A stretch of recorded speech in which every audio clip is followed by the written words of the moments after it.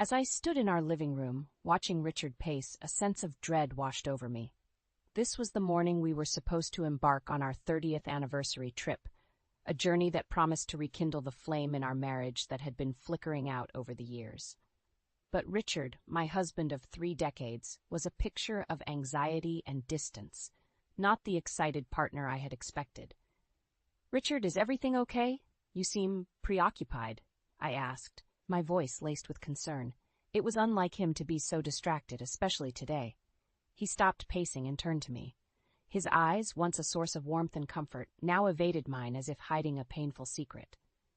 "Elaine, I need to tell you something," he began, his voice devoid of its usual tenderness. "I can't make the trip. Something urgent has come up at work, and I need to handle it." The words hit me like a cold wave. "On our anniversary? Can it wait?" I couldn't mask the disappointment in my voice. This trip was more than just a vacation. It was supposed to be a new beginning for us. Richard's response was curt, a sharp contrast to his normally considerate demeanor. "Business doesn't wait. You know how it is," he said almost mechanically. "But we've been planning this for months, Richard. Can it be postponed?"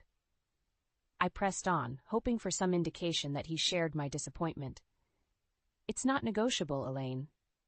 His tone was firm, leaving no room for discussion. "I expect you to understand." Understand? How could I? I watched in silence as Richard hurriedly grabbed a few essentials and left, the door closing with a finality that felt symbolic. The man who had promised to grow old with me was now a stranger, his actions shrouded in mystery. Once alone, my mind raced with confusion and suspicion. This wasn't like the Richard I knew. The man who once couldn't wait to spend time with me now seemed to find any excuse to be away. Determined to unearth the truth, I went to our bedroom and started searching through his things. It was unlike me to pry, but the gnawing doubt left me no choice. Then, amidst his neatly folded shirts and socks, I found it, a small, crumpled receipt from a high-end jewelry store. My hands trembled as I unfolded it, revealing an expensive purchase made just a week ago. A necklace, luxurious and elegant, and certainly not for me. I hadn't received a gift from Richard in years. My heart raced as I pieced together the painful puzzle. Richard was having an affair. A wave of emotions crashed over me. Betrayal, anger, sadness. I realized I couldn't let this pass unchecked. Richard had to answer for his deceit, and I was going to make sure of it.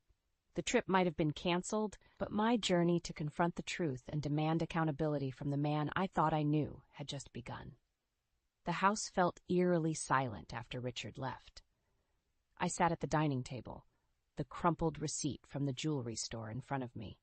The more I thought about it, the clearer it became. This was not the first sign of Richard's infidelity, but merely the latest in a series of subtle changes I had been too naive to acknowledge. I thought back to the late nights he claimed were spent at work, the sudden weekend meetings, and the decreasing number of calls he made to check in on me. Each memory was a piece of a jigsaw puzzle I had refused to complete until now. Armed with a resolve hardened by betrayal, I decided it was time to take action. I couldn't confront Richard without solid proof. I needed to know more, to understand the extent of his deception. My first step was to call the jewelry store. Disguising my voice, I inquired about the necklace on the receipt. The salesperson, eager to help, confirmed that the piece was indeed purchased by Richard, and he had mentioned it was a gift for someone special. My heart sank at those words. Next, I turned to Richard's phone records. I knew it was an invasion of privacy, but the trust that once held our marriage together had already been shattered. Scrolling through his call history, I saw numerous calls to a number I didn't recognize, often late at night or early in the morning. I jotted it down, my mind racing with anger and hurt. The following day, I followed Richard. I felt like a character in a cheap detective novel, but desperation drove me. I watched from a distance as he met with a young woman, half his age, at a cafe. They laughed and talked with a familiarity that twisted the knife in my heart. I took photos as proof, each snapshot a testament to his betrayal. That evening, when Richard returned home, acting as if nothing was amiss, I confronted him. "Richard, who is she?" I demanded, my voice steady despite the turmoil inside. He looked at me, confusion clouding his face. "Who are you talking about, Elaine?" Don't play dumb, Richard, the woman you were with today, the one you bought the necklace for. I threw the photos on the table in front of him. Richard's face went pale, but he quickly regained his composure. Elaine, you're being paranoid. She's just a colleague from work. A colleague? I scoffed. I'm not a fool, Richard. I've seen the way you two are together. It's clear you're having an affair. Richard's expression hardened. You've been spying on me? Invading my privacy? Yes, I have. Because you've been lying to me. How long has this been going on, Richard? He averted his gaze, his silence confirming my suspicions. Rage and disappointment battled within me. This was the man I had built a life with, and he was treating our marriage like it was nothing. I want the truth, Richard. I deserve that much, I said, my voice breaking. Richard finally met my gaze, his eyes cold and detached. Fine. You want the truth? Yes, I've been seeing her. It started a few months ago. Happy now? His words were like daggers, each one piercing through the remnants of the trust and love I had for him. I felt a surge of anger, but beneath it there was an overwhelming sense of betrayal. How could you do this to us, Richard, to me? My voice trembled, barely containing the hurt. Was our marriage, our life together, just a joke to you? Richard sighed, a mixture of frustration and indifference. It's not that simple, Elaine. You wouldn't understand. Try me, I challenged, fighting back tears. Make me understand why you threw away 30 years for a fling. He shrugged, his nonchalance fueling my anger. Things change, Elaine. People change. What we had, it's not the same anymore. I stared at him, incredulous. This was not the man I married, not the partner I had loved and trusted. He was a stranger wearing Richard's face. Is that all I get? A cliché? No remorse, no apology? I asked, my voice rising. Richard remained silent, his lack of response speaking volumes. I knew then that our marriage was beyond repair. The man before me was not the one I had vowed to spend my life with. He had chosen his path, and it was time for me to choose mine. I want a divorce, Richard, I said, the words feeling both terrifying and liberating. Richard looked at me, finally showing a flicker of emotion. You're serious? More than I've ever been. I can't be with someone who has so little respect for me for what we built together. My decision was firm, born out of pain and betrayal, but also out of a newfound strength. Richard didn't argue. He knew as well as I did that there was no going back from this. That night, I lay in bed, the weight of my decision heavy on my heart.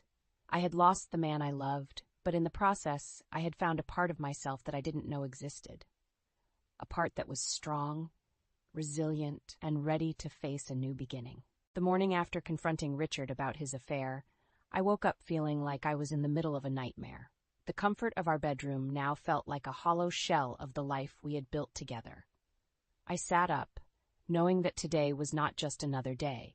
It was the day I would start taking control of my life. As I made coffee, the silence of the house was deafening. Richard had spent the night in the guest room, a symbolic distance that spoke louder than words. I knew I had to plan my next steps carefully. It wasn't just about ending my marriage, it was about reclaiming my dignity. When Richard finally emerged, he looked like a man defeated, his usual confident demeanor replaced by a sullen resignation. Elaine, about yesterday, he began, his voice trailing off. What about it, Richard? You admitted to your affair. What more is there to say? I cut him off, not interested in any excuses he might have. I never intended to hurt you, he said, looking down at his feet. I laughed, a bitter, scornful laugh. You didn't intend to hurt me? What did you think would happen, Richard? Did you think I'd never find out? Or did you just not care? He didn't answer, and in his silence, I found my resolve strengthening. You know what, Richard? It doesn't matter. Your intentions don't change what you did. I want a divorce, and I want it as soon as possible. Richard finally looked at me, a flicker of panic in his eyes. Elaine, please, let's talk about this. We can go to counseling. We can try to work this out. Counseling? Now you want to try? It's too late for that, Richard. You made your choice, and now I'm making mine.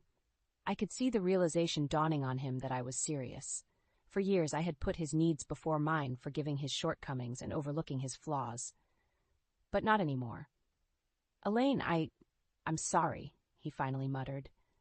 Sorry doesn't change what you did. It doesn't erase the betrayal, I said, my voice steady, even though inside I was crumbling. I spent the day consulting a lawyer and making plans for my future. I was determined to not let Richard's actions define the rest of my life. I would start fresh, no matter how daunting that seemed. That evening, as I lay in bed, I realized that despite the pain and betrayal, I felt a sense of empowerment. I was taking charge of my destiny, no longer a passive player in Richard's deceitful game. For years, I had clung to the hope that our love would prevail, that we would overcome any obstacle. But now I saw the truth. Our marriage was a facade, one that Richard had shattered with his infidelity. As I stared at the ceiling, lost in my thoughts, the door creaked open. Richard stood there, a mix of defiance and desperation in his eyes. "Elaine, we need to talk about how we're going to handle this. The divorce, I mean." I sat up, steeling myself. "Handle it? You'll hear from my lawyer. That's how we'll handle it." "Elaine, be reasonable. Think about what you're doing. We can sort this out without lawyers, without making it messy," he pleaded. "Reasonable?" I echoed, incredulous. "You cheat on me, lie to me, and now you want me to be reasonable?" "It's beyond that, Richard. You made it messy the moment you decided to betray our vows." He took a step forward, his hands reaching out as if to find some connection, some remnant of the love we once shared. "I know I messed up, but we've been together for 30 years. That has to count for something." "It did count for something, Richard. It counted for everything, until you threw it away. 30 years, and you decided that wasn't enough," I said, my voice laced with a mix of sorrow and indignation.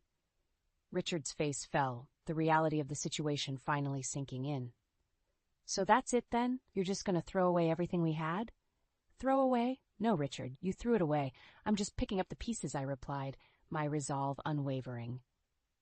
He stood there for a moment as if waiting for me to change my mind, to offer some glimmer of hope, but there was none left to give. Finally, with a defeated sigh, he turned and left the room.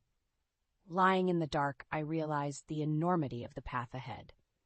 The divorce would be just the beginning. There would be challenges, heartaches, and moments of doubt, but there would also be freedom, a chance to rediscover who I was before Richard, before the lies and betrayal. As I drifted off to sleep, a single thought echoed in my mind. I would not only survive this, I would emerge stronger, forged by the fire of betrayal, and tempered by the resolve to never again be anyone's victim. The days following my decision to divorce Richard were a whirlwind of activity. I met with my lawyer, discussing the best strategy to ensure I came out of this marriage with what I deserved. The hurt from Richard's betrayal still lingered, but it was now accompanied by a burning desire for retribution. One afternoon, as I was sorting through some financial documents, I stumbled upon something that made my blood run cold. There, hidden amongst bank statements and bills, were receipts and documents for a luxury apartment, one that Richard had rented in the city. Rage boiled within me as I realized that this was where he had been taking her, his mistress. This wasn't just a fleeting affair. He had invested time, money, and effort into this deception. I knew then that my retribution needed to be more than just emotional. It needed to hit Richard where it hurt him the most, his pride and his wallet. With meticulous planning, I began my campaign. I reached out to some mutual friends and subtly revealed Richard's infidelity. I watched as the news spread, tarnishing the reputation he had so carefully built. The man who prided himself on his status in our social circles was now the subject of pity and disdain. But I didn't stop there. I made sure that every detail of our divorce proceedings highlighted his infidelity and financial duplicity. My lawyer, skilled in unraveling complex marital finances, ensured that Richard's hidden assets were brought to light. During one particularly tense meeting, Richard sat across from me, his face a mask of controlled anger. "You're dragging my name through the mud, Elaine. Is this really necessary?" I met his gaze, my voice steady. "Necessary? Richard, you made a mockery of our marriage. This is the consequence of your actions." He clenched his jaw, his hands forming tight fists. "You're going to regret this. I'll make sure of it." His threat was meant to intimidate me, but I had grown immune to his manipulations. Regret? The only thing I regret is not seeing who you truly were sooner. As the divorce proceedings dragged on, Richard's true nature became increasingly evident. He tried to hide assets, dodge alimony payments, and smear my character. But each attempt only strengthened my resolve to see this through, to ensure he faced the consequences of his betrayal. The day the divorce was finalized, I felt a weight lift off my shoulders.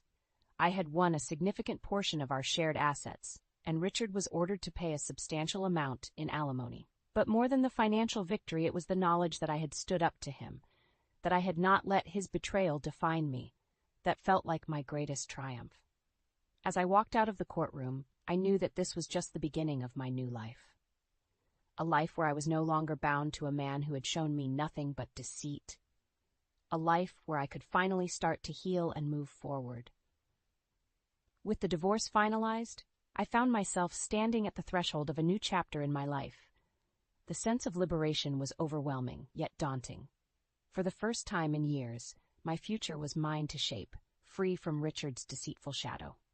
As I began to rebuild my life, I realized that the marriage had taken more from me than I had admitted.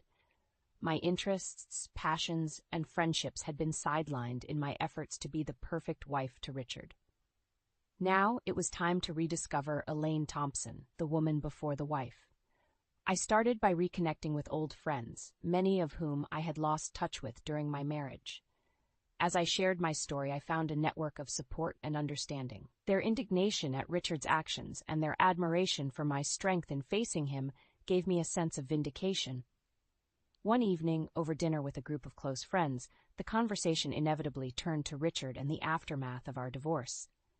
"Elaine, you really showed him," exclaimed my friend Marissa, her eyes sparkling with a mix of amusement and respect. "He thought he could get away with it, but you turned the tables beautifully." I smiled, feeling a surge of pride. It wasn't easy, but it was necessary. I couldn't let him think he could betray me without consequences. "And the way you exposed his financial secrets. That was brilliant," added another friend, David. "He really underestimated you." Their words bolstered my resolve. I had not only stood up to Richard, but had also exposed him for who he truly was. The community's perception of him had shifted drastically, and he was no longer the respected figure he once was. However, the path to rebuilding my life wasn't just about settling scores with Richard. It was also about finding myself again. I enrolled in art classes, something I had always wanted to do but never had the time for. Each stroke of the brush on the canvas was therapeutic, a way of expressing the emotions I had bottled up for years. I also started volunteering at a local shelter, finding purpose in helping others. It was during these moments of giving back that I felt a true sense of fulfillment, a stark contrast to the hollow life I had lived with Richard. Yet, Richard's shadow still lingered. One afternoon, as I was leaving the art studio, my phone rang. It was Richard. I hesitated for a moment before answering, curious about what he could possibly have to say. "Elaine, we need to talk." Richard's voice came through, a hint of desperation in his tone. "Talk? About what, Richard? The divorce is final. There's nothing left to discuss," I replied, my guard up. "It's not about the divorce. I'm in a bit of a situation," he said, his voice faltering. I paused, a part of me feeling a twinge of curiosity. "What kind of situation?" I've made some bad investments. I'm in financial trouble, Elaine." "Serious trouble," he admitted, his voice barely above a whisper. I couldn't help but feel a sense of ironic justice. Richard, who had always prided himself on his financial acumen, now found himself in the pit he had dug for himself. "Richard, your financial issues are no longer my concern. You made your bed," I responded, my voice firm. I know, but I was hoping maybe you could help me out, just temporarily," he pleaded. The audacity of his request took me aback. After everything he had put me through, he had the gall to ask for my help. "Help you? After you cheated, lied, and tried to hide your assets during the divorce? You must be joking," I said, incredulity lacing my words. "I'm serious, Elaine. I wouldn't ask if it weren't urgent. I might lose everything," he pressed. "Richard, you lost everything the moment you decided to betray our marriage. I suggest you find another way to solve your problems," I said, ending the call. As I put the phone down, a sense of empowerment washed over me. The Richard who had once controlled and manipulated me was now at the mercy of his own poor decisions. I had moved on, building a life filled with new passions, friends, and a sense of purpose. The road ahead was still long, and I knew there would be challenges. But for the first time in years, I felt truly alive, the architect of my own destiny. Richard was a chapter closed, a painful lesson learned, but also the catalyst for my transformation into a stronger, more independent version of myself. In the months following our divorce, Richard's life seemed to unravel at the seams. The once respected businessman was now a shadow of his former self, his poor choices catching up to him. I heard snippets of his misfortunes through mutual acquaintances, each story a testament to his rapidly declining situation. One day I received an unexpected visit from Richard. He stood at my doorstep, a man defeated. His clothes were disheveled, a far cry from the meticulously dressed Richard Ward once knew. "Elaine, I need to talk to you. It's important," he said, his voice lacking its usual confidence. I hesitated, but eventually led him into the living room. His presence in the house we once shared felt invasive, a reminder of a painful past. "What is it, Richard? I thought we had nothing left to say to each other," I said, my arms crossed. It's about the money I owe," he started, unable to meet my eyes. "I've been drowning in debt. The investments I made, they've gone south. I'm on the brink of bankruptcy." I listened, feeling a mix of vindication and pity. Richard, who had always prided himself on his financial prowess, was now crumbling under the weight of his own arrogance. "Elaine, I was wondering if you could lend me some money. Just enough to get back on my feet," he pleaded. The request left me speechless. After everything he had done, he still had the audacity to ask for my help. "Richard, you must be out of your mind. Why would I help you after you betrayed me, after you tried to cheat me out of what was rightfully mine?" I said, the bitterness evident in my voice. "I know I've made mistakes, Elaine, terrible ones, but I'm desperate. I have nowhere else to turn," he said, a hint of desperation creeping into his voice. "Your mistakes were your own doing, Richard. You chose to betray our marriage, to lie, to deceive. You chose to live beyond your means, chasing after a life filled with greed and infidelity. It's not my responsibility to save you from the consequences of your actions," I replied, my resolve firm. Richard's face contorted with a mix of anger and desperation. "So that's it?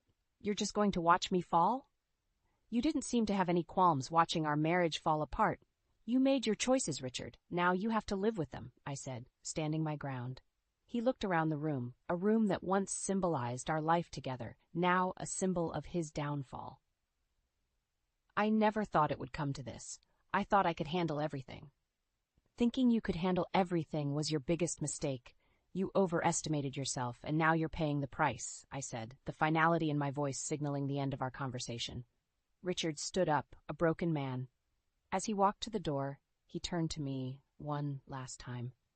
"I really did love you, Elaine, in my own way. I wish I could believe that, Richard. But love doesn't destroy, doesn't deceive. What you had for me wasn't love." "Goodbye, Richard," I said, closing the door behind him. As I watched him walk away, a part of me felt sorry for the man he had become. But I knew that any sympathy for Richard was misplaced. He was the architect of his own downfall, a man who let his ego and desires lead him down a path of destruction. In that moment, I realized that my journey was not just about overcoming Richard's betrayal. It was about rising above it, about finding strength in adversity. I had not only survived the storm, but I had also emerged stronger, ready to face a future that was entirely my own making. Months passed since Richard's desperate visit, and my life had taken on a rhythm of peace and self-discovery. I had grown accustomed to the solitude and the freedom it brought. However, the last chapter of my story with Richard was yet to be written. One crisp autumn morning, as I tended to my garden, a task that had become a source of joy, I received a call from Marissa. "Elaine, have you seen the news?" Marissa's voice was tinged with disbelief. "No, what happened?" I asked, a sense of apprehension building inside me.